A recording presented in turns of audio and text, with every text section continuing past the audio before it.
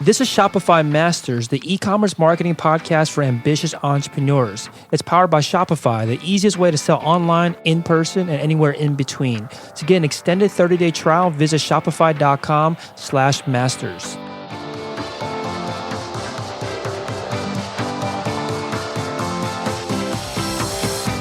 Hey entrepreneurs, my name is Felix and I'm the host of the Shopify Masters podcast. Each week we put out podcast interviews with successful e-commerce entrepreneurs or experts to give you inspiration, motivation, and actionable tips to increase your traffic and sales so your store can generate the sales you need to live the life you want. On the last episode, Shopify Build a Business winners John and Claire Easley from carbon6rings.com explains how talking to customers one-on-one helped them build a $1.7 million business. In this episode, you'll learn from an entrepreneur that's built an 8-figure business and manages selling on multiple platforms with just a small team. In this episode, you'll learn why choosing a manufacturer is not just about who can give you the lowest price, how to find people to hire for a business so that you can step away from your business, and how to write product descriptions differently depending on which marketplace you're selling in. Today, I'm joined by Chad Rubin from thinkcrucial.com and skewbana.com. Think Crucial sells crucial products you need for your everyday life and started off as Crucial Vacuums, which was started in 2009 and based out of New Jersey and New York area. Welcome, Chad. Thanks for having me, Felix. Yeah, excited to have you on. So, obviously, there's, three, I guess, kind of businesses that we can talk about today. But let's start with Think Crucial. Tell us a little more about that store and maybe some of the most popular products that you sell from that store. Yeah, so to back it up, I was on Wall Street covering internet stocks. My parents had a vacuum store as I was growing up, struggling to make ends meet. I went on to Wall Street, started covering internet stocks, got laid off in 2008, and started taking my parents' product and selling it on the internet while they were going bankrupt. Then I started a direct-to-consumer company, which is Crucial Vacuum, started manufacturing direct-to-consumer vacuum. I literally started with one vacuum filter. And that was in 2009. So then I started investing very, very heavy in direct-to-consumer, and this was really before direct-to-consumer was the sexy thing to do. Yeah, definitely see that more and more frequently. And, both you and I are from the New York area, New York City area, and I see so many businesses popping up that do direct-to-consumer advertising all over the place. So you started off first in Wall Street, but your first foray into entrepreneurship was taking your family's vacuum business and started selling online. Did you have any experience in selling online at that point? Or how did you, launch that side of the business? Yeah, so I was covering internet stocks on the street, and so I found that the internet was a recession-proof industry or a very defensive place to put your money, especially during that time. So my mom and dad both had a vacuum store next to Walmart, and they were going out of business. So I first took their product and listed it on a site back in the day, a shopping cart, which is Volusion, and also got their product on Amazon. But when I went to replenish the product and buy it again, the numbers just didn't make sense. It didn't add up. And that's when I was like, wait, there has to be a better way. And I started I literally took a trip to China and started with my first vacuum filter. So you guys were buying these from wholesalers at the time? Like what would how come the numbers didn't make sense when you were selling what your parents were selling, but then you were able to find, a cheaper alternative to doing the kind of business that they were doing? Yeah, look, the vacuum industry is like every other stagnant industry that just hasn't changed with the times. And I just found a really interesting niche to target. And that was the vacuum space. Like literally the vacuum space, you have an OEM manufacturer that sells to a distributor, that sells to a dealer, that then sells to the end consumer. And so I just wanted to get as close as I could to the factory and as close as I can to the consumer. And that's where I started with the Crucial Vacuum idea. And the crazy thing is that I thought it would take me years or decades to disrupt the industry. And it didn't take me quite long, but I already picked the name Crucial Vacuum. So I grew out of the name rather quickly. Makes sense. So I think this is a path that a lot of other entrepreneurs want to take, which is, like you're saying, if you're a little bit too far down the line, your margins are going to be very thin and it just becomes a lot harder to scale, a lot harder to build a business. So you decided, let me just get right to the source. Tell us about that experience. Like, how do you even begin to, go to China, find a factory? Like, what was that process like? So it took a lot of research. I created a spreadsheet. On the top had all my suppliers. I sent each of them, all the suppliers I found, I sent each of them some samples of what I wanted to create. And I started comparing not only price, though, I started comparing quality, lead times of different suppliers, and just started spending a lot more time with the suppliers, which ultimately led to a trip to China and having a beer with the factory floor managers. And that's ultimately how I started making my decision about who I was going to do business with. Makes sense. So this process of finding the manufacturers, again, it's probably a stage that a lot of listeners are at. So tell us more about that. Like, how did you, what were you doing to research these manufacturers, and how did you narrow them down to the ones that you wanted to spend the time to get to know? Okay, so number one, back in the day before Alibaba.com was really crowded, that was a really good source to find factories. Mm-hmm. And B, I would narrow it down based on not only price. I feel like a lot of people in the e-commerce space only look at price. That's all they care about. But it's more than that. It's about lead time. It's about the ecosystem. It's about the mins that they're offering, the minimum order quantities. So there's a lot of different factors that came into it, along with the relationship, especially upon shaking their hand when I went to China and meeting with the factory floor managers and understood their manufacturing processes. So the lead time and the minimum order quantities, those are, obviously numbers that you can easily compare between factories. But then you also mentioned the ecosystem and the relationship. So let's start with the ecosystem. Say a little more about that. What do you mean by the ecosystem? How do you measure, I guess, the ecosystem between one manufacturer versus the other? Yeah, so when I say ecosystem, it's not just about manufacturing the product, but it's also the product packaging. What kind of cardboard is the product packaging coming with? How amicable are they to maybe push me up the priority list in terms of lead times? So to push me above somebody else. So there's more than just looking at the factory. It's the factory plus the packaging, like the co-packaging facility that they're packaging at, and also how good is the quality of the product that they're shipping to you. And then, of course, when I say ecosystem, it's also the relationship. That's also part of it. So the relationship is, okay, if I ask them who their supplier, who else they're manufacturing for, are they going to give me that answer? Or maybe they won't give me that answer. So it also helps with a trust factor when you ask the manufacturer, okay, who else do you make it for? And if they're honest or not. So I think it's a good litmus test. I see. So you look for a lot of transparency in a manufacturer. Like, you are maybe not testing them necessarily, but you are asking questions and trying to see how open they are with revealing, I guess, information to you. Yeah, and a lot of factories a lot of trading companies pose as factories. Trading company is like another middleman on the Chinese side that represents the factory, because way back in the day, factories really didn't have the proficiency to speak English. So they had these companies representing them, kind of like agencies. And so I really try to stay away from trading companies and go as direct as I can.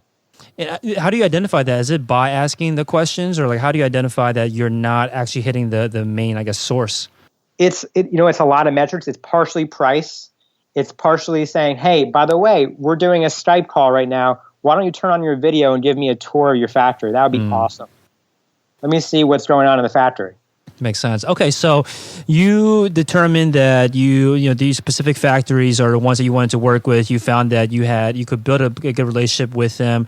Do you just dive right in, or how do you begin the relationship, the actual, I guess, commercial relationship with these manufacturers? Well, outside of having a beer with the factory floor owner. Yeah, exactly. The manager. So diving into the relationship, I will start with hitting some smaller minimum order quantities. Typically, the factory will be like, oh, you know what? Our minimum order quantity is 5,000. Well, I'll say, you know what? My minimum order quantity is going to be 100. And then it's a negotiation practice after that. Okay, so that's an important point to make. I think when people are looking for factories on Alibaba, wherever they're looking, they see these minimum order quantities and think that that's like a hard limit. You're saying that it's always negotiable. Everything in life is negotiable. And they don't teach you that in school. This is taught in the school of life. Yeah, it sounds like you have a lot of experience with that. So when you do take these kind of minimum order quantities, you are, I guess, when you first place the initial run, you said that you first started with vacuum, was it filters? Yeah, I started with one vacuum filter. I see. So you placed an order for these vacuum filters, and did you already have an e-commerce store at the time, or what was the, I guess, first step towards selling these filters? So yeah, I had an e-commerce store at the time. Launched the first one. I also was still reselling some other things, but I phased that out over time and really went with just my own branded direct-to-consumer approach. I got it. So when you created this store and then started selling your own products, these products that you're getting straight from the factories, how did you market it? Like what were some successful ways early on to drive that traffic? All right. So back in the day, Google product listing ads were unpaid, so it was free. I had text ads as well that were flowing. I look at e-commerce, and I've done this since I started, was I needed to be on every channel, every marketplace I possibly can be on. So not just with my own storefront and driving traffic to that, and I did a lot of that through Google, but eBay, Rakuten, Sears, Newegg, Wayfair, Overstock, now Jet.com, Walmart.com. You get the idea. Mm-hmm. Makes sense. So is this your approach today too, to be on every marketplace? Oh yeah, that is the approach that I utilize. Does it make it difficult then to market? Like, how do you manage this entire system wherein you have so many marketplaces? Like, how do you know where to drive the traffic? And I guess just manage that entire process. Felix, you're giving me a layup right now for Stubana, but I created Stubana to manage the entire process, to operate it and automate it with one software. Okay, well, let's take, I guess, a detour down this path before getting back to your business. So you started Crucial Vacuums. I think this is the timeline. You started Crucial Vacuums, wanted to be in every marketplace. Was that the time then that you decided that you needed some kind of software to help you run the entire, I guess, the business? So Crucial Vacuum was just ramping so quickly. At the time, I was using just the shipping software and eyeballing my inventory. And the problem was that I was doing 60,000 orders a month. It's a lot of order volume. And the entry-level softwares that were initially in place weren't enterprise enough to handle not only my order volume, but just were incomplete, right? Because you need to essentially duct tape all these various different softwares together to run your business in e-commerce. And people are still doing it that way today. But I said to myself, there has to be a better way. Just like there has to be a better way when you're sourcing vacuum filters, right? You don't need to spend buy them for 20 and sell it for 23. There has to be a better way. So I was going after the solving a problem. And the problem was that today you have to use all these different softwares to run your business. There's entry-level softwares that are incomplete. And then on the high end, they're very expensive if you look at higher, more enterprise-like softwares. And they still require customization and setup fees. So we started a cloud-based, all-in-one operational system that marries together an ERP and an order management system in one place. And that's Stubana. Yeah, so I think this is a common, I guess, path for a lot of entrepreneurs, which is to identify a problem that they have, look at the marketplace, don't see a good solution or doesn't see a solution that works well for them, and develop their own solution, find out that other people have that same problem, and then start building their own business off of a need that they needed themselves, scratching their own itch. And I think this is a path that I've heard other entrepreneurs take too, which they start with a business, an e-commerce business, and then start venturing into software because they have these kind of customized, to some degree, needs for their business. And of course, find that others at their scale, others in their industry also need it. So talk to us about this process. And if you did have an idea, let's say the store owner out there is listening and they have an idea for a way to improve their business, to automate it, to find some way to improve it through technology. How do you begin to build software for that purpose? Well, I think technology can be a competitive advantage for e-commerce companies, just like shipping can be a competitive advantage. If you choose the right software stack or the right shipping service, you can save a ton of money and create a competitive moat around your industry until the next person finds out about that software or that shipping provider. So for Stubana, when we first started it, and I co-founded it with DJ, I was telling all my friends about this problem I was having. I was like, oh my God, there's all these awful solutions that were not even started by real true sellers, that didn't solve my itch, that didn't fix my itch that I had, that I needed to scratch. So I told a couple of buddies. One of my buddies met DJ, who's now my co-founder, on the tennis court by sheer luck. They became great friends and introduced us together. So DJ arrives at my warehouse, which was looking like a jungle at the time. I violated every OSHA compliant policy out there in the book. And he thought I was going to have robots all around my warehouse. And it was nothing like that. So he was like, wait, this is a problem? Really? There's no unification platform out there to manage all these marketplaces and to automate and run your business? We started taking demos. I started taking demos with all these existing sort of amateur entry-level softwares. And then he was like, wow, there's a massive opportunity here. Let's do it together. And that was how Skubana was born. So again, there's another situation a lot of entrepreneurs find themselves in, which is that you have a fast-growing business with Crucial Vacuums at the time, and now you're thinking about starting a brand new business in a totally different. You obviously have a lot of experience because you are the ideal customer, but still a totally different industry, in the tech industry, building software this time. How do you balance the two? Like, how did you decide how to spend your time and balance both an e-commerce business and then also a software business that you were just starting? That's a really good question, and I ask myself that all the time. I think the first thing that I think most entrepreneurs have a problem with, including myself, is we have a hard time saying no. And so this opportunity presented itself to me, and I was like, yeah, it sounds great. And I thought software was a really, really easy thing to do. I was like, oh, you just create something and that's it. But there's a whole lot more that goes into it. And so luckily for me, and I don't know how others do it, but for me, I've been able to automate my e-commerce business. Like, I have 2 employees on the ground in the United States running my 8-figure business. 2 employees on the ground. Now, yes, I use some offshore employees, but that's unheard of. And I'm blessed because I have the software to automate and run the operations for me. And so we've been literally using technology to get rid of a lot of those repetitive, low-value activities that some of your employees are doing today, or that my employees were doing. And we use technology to do its thing. Makes sense. So, before, I guess, Skubana was born and you were trying to automate this, did you kind of just piece things together? Like, what was the life like before? Life was very manual. Not only did I have a warehouse for my whole pick and pack operation, and I had like almost around 20 employees, depending on the season, but we also had a lot of employees doing manual tasks like exporting, tracking, uploading it into a shipping software. And for every marketplace and every shipping carrier out there, we didn't know our true profit margin on every product across every marketplace. So now I have visibility, because it's unified, I have visibility into every SKU that I have, and we can get as surgical as your shipping costs. So now we rank our SKUs across our entire portfolio, and we have 2,000 different listings out there. And I can see which is the worst performing SKUs based on profitability. And then I can obviously take that money off the table and deploy it at other resources that are going to actually make me more money. And that kind of intelligence, that's the holy grail of e-commerce, having SKU level profitability with every cost included. Yeah, I mean, I can definitely see the value in being able to optimize when you can get down to that level of detail. So when you do approach, I guess, your business and you started thinking about ways to automate and essentially clean up the business and get a little more organized, and you look back, and do you ever think, are there ever any certain tasks that you don't think should ever be automated?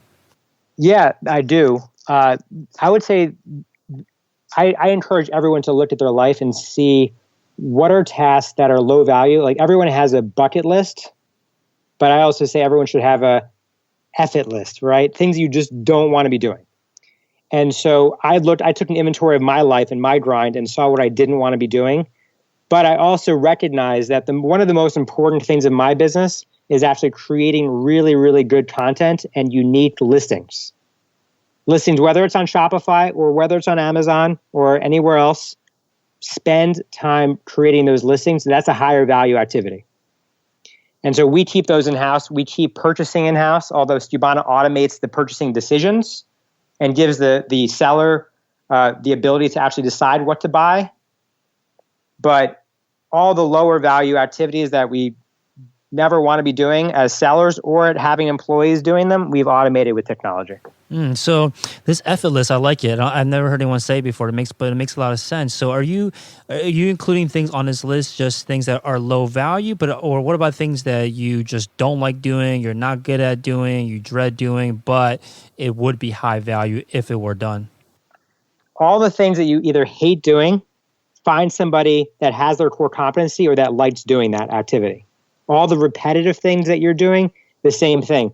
But not only did I do it with my own life or my own grind and my hustle in business, I actually had my employees take an inventory of their calendars and where are they spending their time. And I even got them virtual assistants to help them automate those activities. Yeah, I think this is a situation that a lot of store owners that are kind of grinding through it and maybe are starting to not like the experience because they are so consumed by things that they're not good at or things that they don't naturally like to do. But is there a certain stage where that makes sense, or do you think that everyone should always focus as quickly as possible on offloading things that they're not good at or offloading things that maybe they're good at but they just don't enjoy doing? All right, so a few things. I think it's important that everyone needs to know their weaknesses. And I think that becomes an asset. It becomes one of your biggest strengths if you know what you're not good at. So why should you go and spend time trying to understand Google AdWords and understanding your spend versus what you're achieving for that spend if that's not what you're great at? If you're really good at building a business or building a brand or marketing, why should you be doing those activities? So I would encourage you to find somebody that's good with those activities. Yeah, I like that. So you mentioned earlier, and I think this is a relevant, I guess, question here too, is that you had a hard time saying no. And I agree, a lot of entrepreneurs also have a hard time saying no because to some degree we're opportunists, right? We look for opportunities, and whenever a new one pops up, even if we don't have the time, even if we don't have the resources, we just can't help but think about, what if we did this and that and try to clear up some room to take on this opportunity. What about today? Do you feel like you're better at saying no today than before? And if so, how did you work towards, developing that competency? So I read a book called Essentialism. That was really helpful with me, helping to identify my no, what I want to say no to, and that it's okay to say no. I think we're all raised that you get a gold star if you say yes. When you raise your hand in class, you get a gold star. So that's where I got the idea of saying no. I was like, oh my God, I really need to prune back these opportunities because I think life is going to present all of us a lot of opportunities. And for me to be a productive and happier person, I need to really make sure that I'm super, super, super focused. Yeah, I think it's, I guess I think I tell myself too to say no more often. I always tell other entrepreneurs that that's a key thing too, that if you want to focus, you got to start saying no more often. And that's really just the key to focus, is to chisel out all the things that don't actually add value to your life or to your business. But I guess that's conceptually how you approach it. But tactically, when you sit down every day and you get these emails or people add things to your to-do list, how do you decide what you should be saying yes to and what you should be saying no to? What kind of questions do you ask yourself? Well, I set up a system. Luckily, I have virtual assistants helping me with my inbox. So we have a system for prioritizing what I want to achieve. So my system is, we have a pretty intense scoring system, like a pecking order. So for me, I know what is most important for me to achieve success at Skubana. I'm not so involved in the crucial business anymore, but on a cursory level, I know what my employees need to be doing to achieve their success, and I just keep them honed in and focused on it. So, it sounds like you really built a business that you can step away from. Maybe you already have stepped away from the crucial business and let this kind of the technology that you've used to automate run the jobs, and then also the members of your team control it as well. Was this always a comfortable idea for you? Because I think a lot of store owners would think that, I'll never leave my store, or not that they'll never leave it, but they'll never feel comfortable enough to step away from it. How did you begin to set this up for yourself? And I guess more mentally, how did you begin to set this up for yourself? Look, I had the hardest time stepping away 3.5 years ago when my warehouse was just exploding and I didn't know what to do. My wife, I'll give her the credit. She's like, Chad, you need to do something about this. You need just outsource this warehouse. And somebody had actually been asking me, a 3PL, a third-party logistics company, approached me a couple of times, and I kept on saying no, nope, sorry. I like touching my product. I like feeling my product. I like smelling my filters, and I just let it go. And I thought it was going to impact my margins tremendously, and it had the adverse effect of that. Or the inverse effect of that. It didn't affect at all. In fact, it allowed me to start going to the gym. It allowed me to start a different business. It allowed me to free up my time so I can focus on building my business. And do you think that this is achievable at every scale of business? If you're just a store that's doing maybe 6 figures a year, is it something that everyone should look at and think about creating a business that they can step away from? Is there any kind of, cons to that approach? I don't see any cons to it. Like I think it's important to have procedures, operational procedures in place to help you run your business so it can function without you. You don't want to build a business about you. It has to be about the team and about other people to step in and run it. And that's part of building a system.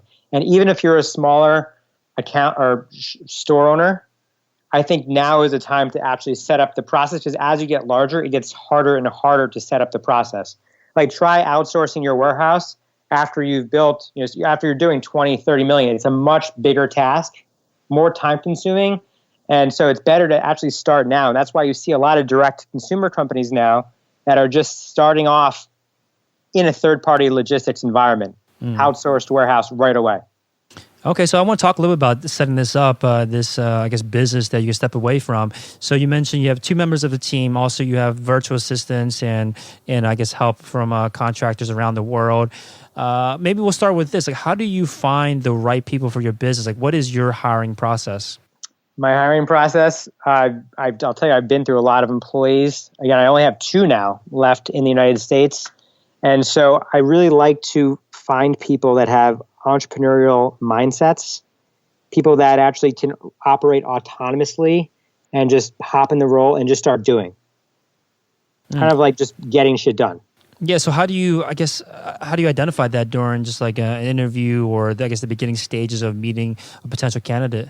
It's really hard to identify that, and I can't tell you that I've cracked the code at all, but I do try to ask targeted questions, like what is the biggest thing you've had to overcome in life? That's a question I think is a really important question, and if you can't identify things that you've struggled with in life, if you haven't been through a struggle or a hustle or have had to push through and just like go through a wall to accomplish something, then I don't think it's the right fit for what I'm looking for in the business. That's just one example of a question. So maybe a more difficult situation to be in, because it sounds like you were saying that you've been through a lot of these processes and now you only have 2 employees. I'm assuming that means that you have let people go as well that maybe not been a good fit or for the company that you discovered later on. What is that like? Like, how do you determine that, this is not a good fit? And then I guess, how do you fire somebody? All right. So right away if they're a good fit or not. I think it takes maybe a week or 2 weeks. Like you'll know right away if they're a good fit or not. So just a real quick wrap up on the hiring process. I really encourage in these interviews for them to walk me through their life journey. And so that helps me understand the type of person that they are today. So they touch on these moments in life that have defined them, and that's super helpful in this process. And I ask them all types of weird questions I think that they don't actually typically get asked. Even what's their favorite movie? Or what do they really want to be doing in life? Mm-hmm. So, but on the firing end, and for me, this is just my personality, and Felix, you probably knew this answer to this question before you asked it. I like to peel off the Band-Aid really, really quickly. Mm-hmm. So if you're not a good fit, I'd waste no time, and I try to part ways. And typically, this person knows that they're not a good fit. Like if they're not a good fit, I'm meeting with them in my lounge. I call it the dojo. Almost every day, like guiding them. So there's no surprises. The biggest mistake I think people make is like, oh, I'm not going to tell them that they suck and then I'm just going to go in and fire them. That's not the way to do it at all. I'm constantly coaching them. And if they're not meeting my expectations, they know up front. So do you have these, you look for these entrepreneurs, look for these kind of self-starters, and I think one of the other skills or attributes that come with identifying or having these kind of employees is that they are highly ambitious. They probably someday want to do their own thing. How do you balance that ambition to, I guess it's eventually these people, you want to hire people that eventually want to leave and start their own businesses and have the ambition to start their own businesses. So how do you balance that kind of ambition with essentially having them work for you as an employee? I create an environment that they'll never want to leave. So I'm constantly, if you're adding more value and working for me, you're going to be getting paid more. It's just the way I see life. Like if you're adding more value, you deserve to be paid more. It's a mutual beneficial relationship. So I really try to make it like all the people that I've never wanted to leave are still with me today. So when you have these self-starters that are working in your company, What kind of, I guess, direction do you give? Like, how involved are you? And I'm assuming this is going to be different, right, than someone that is just if you hire somebody that's not a self-starter that requires a lot of direction, hopefully you don't find people like this, but they're going to be different the way that you treat them than someone that is a self-starter, that's an entrepreneur, that is ambitious. So what's your approach to working with people that are like this? Like, what kind of direction do you give? If they're not a self-starter? No, if you hire people that are self-starters, that are ambitious, like how involved are you in, I guess, managing them? So we'll have like weekly planning meetings where we go over their progress, struggles, challenges, opportunities. How full is their cup is a common question I ask them. What's their capacity to take on more? Okay.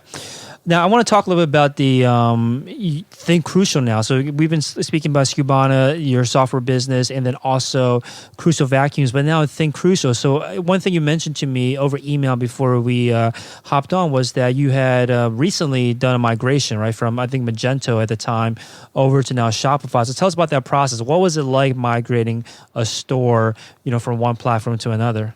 So I'm not going to sugarcoat it. Replatforming is a very challenging process. And it's part of that process where you have to peel off the Band-Aid really, really quickly. And that's what we did. So we still have one property on Magento that we haven't actually fully transitioned over yet. But Think Crucial is our sort of next-gen platform that we're preparing for the next decade. Mm-hmm. So what made you make that decision? Like, if you already had a store running smoothly, obviously you had automation going already, I'm assuming a lot of connections already built between the entire business. Peeling it all apart sounds like a very painful process. What drove you to make this decision? So I'm preparing for the future. I like to go where the puck is going, not where the puck is, like Wayne Gretzky said. So that's part of it. The other part is I believe that I was spending more time managing bugs of the platform or fixing bugs that would arise versus focusing on building my business. So part of my move to Shopify is the ecosystem. And I go back to the ecosystem again, right? So you have an app integration, like seamless integration to a lot of different apps that we can utilize that are helping us prepare for the next generation of e-commerce to come. And when you do a migration like this, and the thing I was telling you before the call is that there are probably listeners out there that have businesses on Magento or Evolution or whatever other shopping cart and are thinking about doing a migration, maybe to Shopify, maybe to another platform. How do you prepare for a migration like this? Wow, that's a big question. You don't really prepare. You just have to just do it right away. So for me, you have to get fed up enough, right? You have to be really fed up with what you've got and be ready to move. So for me, I was paying for a server. I was paying for all these customizations. That was overkill for what I needed. And I think there is a certain place for a major amount of customizations in a shopping cart, just not what I needed for my business. So once you get your brain around the fact that, hey, I'm spending all this money on development costs, I'm spending all this money on server costs, how do I consolidate and streamline and really focus on, again, it's part of that pruning process, focus on building my business. This is the move that I decided to make. And so then I decided to go and find an awesome Shopify company to work with to build our site. And so you have to find the right partner that you identify with on their aesthetic to build the site out for you. Mm-hmm. So now that you've been through it, are there things that you wish you spent more time preparing? Because like you're saying, you want to get this done quickly. Replatforming is obviously a pain in the butt. But do you think that there are certain things that if you were to do again, you would spend more time preparing?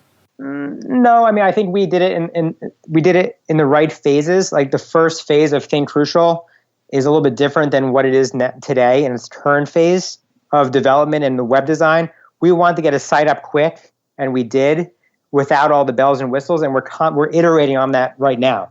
So we got up a site, we're iterating and improving upon what we've got, but I'd rather go live with a 50% done site than not go live at all. Like we just had to make this move. And did you anticipate, or maybe now that you've done it, were there impacts to traffic, to SEO, to conversions right when you make this switch as off the bat? So we did some redirects on our end. But there hasn't been a major blip in traffic. Again, we didn't pull the biggest property off Magento yet, so I think I don't want to put the cart before the horse. But so far, I would say it's a successful migration because we took 2 other sites off Magento that weren't as large. And it was a good sort of training for us to now go ahead with the next property. Makes sense.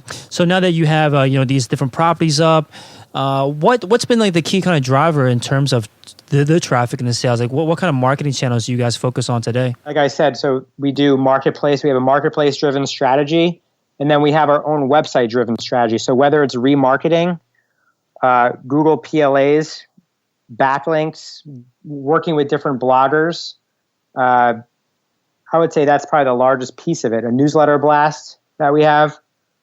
So we have multiple different cylinders that we decide, it's like a big toolbox of things that we have at our disposal to use. So this marketplace-driven strategy, this is the idea that you want to be in all places that you can be. And I think something you mentioned earlier on was that one of the core values that you offer to the business, one of the things that you want to focus on are the product descriptions, like building out these listings, making sure that they are, converting. So talk to us a little bit more about that. Like when you are approaching a marketplace, whether it be, Amazon or maybe just even on your own site, how do you approach the product descriptions and writing the listings? So I want the best content on my own site. And so we actually hired people to write out content for every product that we have. And it's a very time-consuming process. We try to make it funny or edgy or put puns or twists in the content. But we want to make sure that the content that we're producing on our site is the most unique and is because people are coming to a Think Crucial or a Crucial Vacuum because we are the experts. We're not a vending machine approach. So we try to make our product listings unique. And on Amazon is a different marketplace than eBay. That is a different marketplace than Walmart. So we try to put different content. We don't just throw gum at the wall to see what sticks. I think there's a lot of sellers out there. I think that's a big mistake sellers make. They just take the same content and they try to get a listing tool to just automate the process with the same content in every channel. And that's not the way to win in e-commerce today. So how do you determine what kind of descriptions then to place on the marketplaces? Because like you're saying, you want the best content, you want to invest the most time and money into having the product descriptions really pop on your own site, on your own property, which makes a lot of sense. But then you're also saying that you want to be unique throughout the different marketplaces to cater towards, I'm assuming, that audience. How do you, understand how to speak to the audiences on these different platforms? So you have to know the marketplace or the platform. So for example, let's take Amazon. Amazon, depending on the category you're in, has a 200-character limit or 250-character limit in the title itself. Whereas eBay has a more limiting title than it does and has a different algorithm that drives what comes up in their search when you search on eBay versus Amazon. Then on Amazon, you can put up 5 bullet points. And so these 5 bullet points are very different from the blank canvas that eBay gives you to create an eBay listing with. So we create different content for each marketplace because if you look at Google cares about unique content. Google cares about, okay, we're going to rank this in our rank because it's relevant and because it's unique. On Amazon, it's not just about being unique, it's about being compelling because their search algorithm not only looks at your product listing, but also looks at who's coming to the page and how many of those people are converting, and that's part of their ranking. That's part of how you get ranked in Amazon's search algorithm. Yeah, so if you can only, let's say there's a store owner out there that they want to, follow in your footsteps and expand out to more marketplaces outside of their own store, and they don't have time or maybe don't have the focus to go towards one other marketplace. How do you determine, or what kind of questions should they be asking themselves to determine which marketplace they should go into next? So I don't think it's a question of time. I think obviously these entrepreneurs, if they are questioning whether or not they have time to go onto another marketplace, they have to ask themselves, okay, how can I automate my business as it stands today to allow us? And how do I find a software that can help me get onto these marketplaces and operate my business so it's sound? So once you have that foundation, it's like building a house. You need to have it on the right foundation. Now, in New Jersey, as I'm sure you're very familiar with, we build malls on swampland all the time, and those malls are sinking as we speak. So you need to make sure you have the right foundation. Once you have a foundation set up, it's like a shopping cart, right? You need to make sure that you pick the right shopping cart because there's a lot of crappy shopping carts out there. Once you have the foundation set up, Then you start going into the marketplaces, and it's no sweat off your back to get onto one marketplace and then go right into the next one as well. So I think Amazon has a near close monopoly in e-commerce. I think it's a great place to start, but I think it's a bad place to finish. So you start with Amazon, then you move into eBay. Walmart.com just opened up their marketplace to a lot of different sellers. Jet.com, which was just acquired by Walmart, is another great place to get real estate property and sell your product online.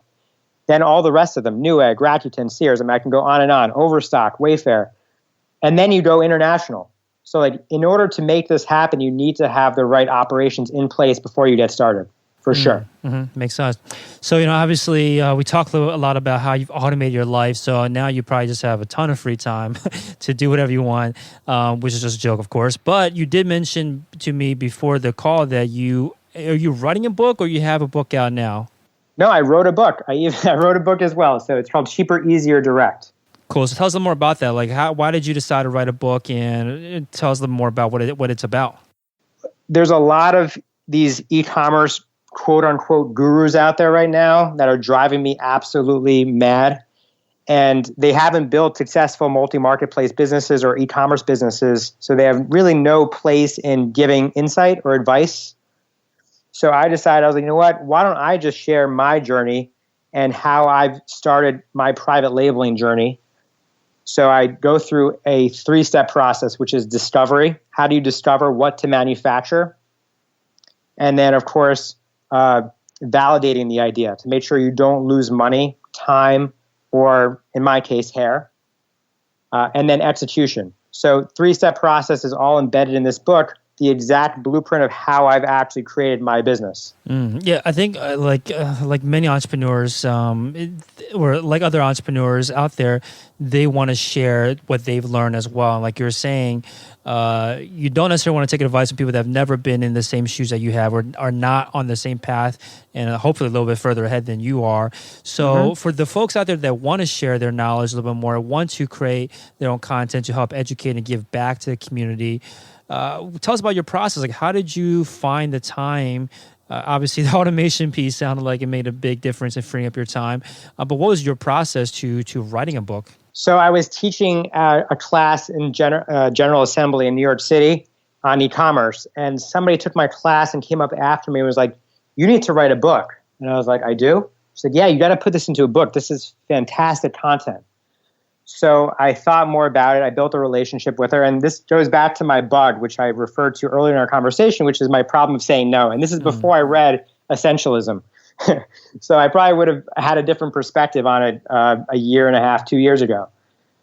So she approached me. She was like, "I know a great writer that you can work together with, Frank Turner." And we worked together having late night sessions, talking about my process, showing him how I do things, and we just started working together. And that's the next thing you have it. We had a book. Very cool. So this was a self-published book? Self-published book. Yep. Cool. And how did you promote a book like this? Again, I think a lot of entrepreneurs out there want to create content and start sharing it, but they wouldn't want to launch it to an empty, audience, that the people that are not. There's no one out there that's reading the book or that knows about it. So how did you promote this? Well, I just want to clarify. I don't think that a lot of entrepreneurs want to reveal, like most people don't tell their secrets or what they want to reveal. And those that say don't know, and those that know don't say. That's kind of what I found in the e-commerce world. And so I wanted, for me, I'm all about reciprocity and giving back. I love teaching. And so I wanted to apply that in a book. So what I did was I started writing a book, then I found a publisher, a company to print my book. I did talk to a few different publishers, and I just decided against that route. And then I just published it right to Amazon. And it's been interesting. To promote it, I speak at a lot of different e-commerce events. I talk to a lot of different people. I give it away. It's kind of it's a really great business card when I meet somebody. Like if we were going to meet in New York, in Queens, I would bring it to a coffee shop and give you a book, and it leaves a really nice impression, but also allows you to continue to learn, and then we can regroup and have something to talk about the next time we meet together. Makes sense. I think that's a great point. It's not just about selling the book, but also gives you an entryway into building a relationship with the people that do get the book. And I'm sure that people that read the book are going to find out more about all the other things that you have going on. So we know that you have 3 companies, again, that I know of, that we've discussed on this podcast. You've authored a book. How do you spend your days today? Like, what are you focused on these days? So I'm 100% focused on the software on Skubana. So my time is spent, it's kind of like a baby. Like when you have a baby, it needs to be fed. It needs to get the proper amount of sleep. It needs everything it needs to grow up.